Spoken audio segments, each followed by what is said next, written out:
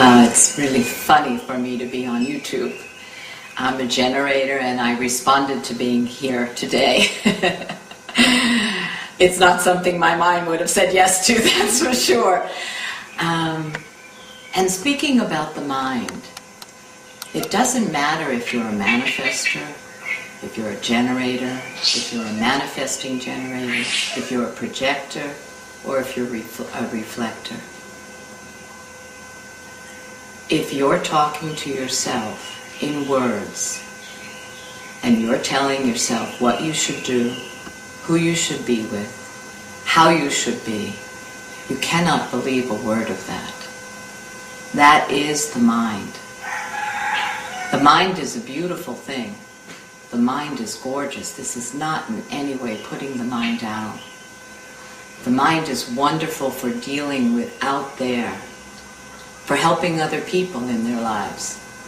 But the mind for ourselves is horrific because it gets us into all kinds of things that we're not here to do. And the problem with the mind is that because the mind is like a major computer, the biggest computer you can imagine, it has stored everything about you. From the moment the mind was created, even back in the womb, it has stored it all.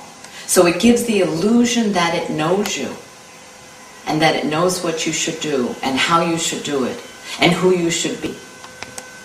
But the mind cannot be here now. It cannot know you now. The mind cannot know what you're here to fulfill in this life, what you're here to be, who you're here to be with. But it can take from the past information about you and tell you, don't say yes to that. You remember what happened in the past? Oh, do that. It worked last time. And it keeps this old patterns of behavior based on the mind. And it keeps you locked into that. So you never get out to be free to live you, who you were born to live. So it doesn't matter what type you are. If you're talking to yourself in words, and we know what that is, all of us know what that is, you know, the angel on one shoulder, the devil on the other, and the mind going, you should do that. Oh, no, we don't want to do that. None of that's you. That does not know you. It's not here to tell you what to do.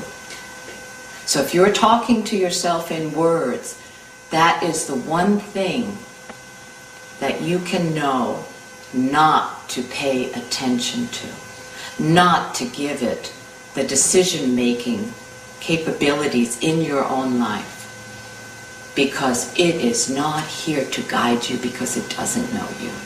So that's the first thing. No matter what type you are, don't listen to that chatter. And it's not easy because we've all listened to it our whole life, however old we are. We actually think that's us, and it's not.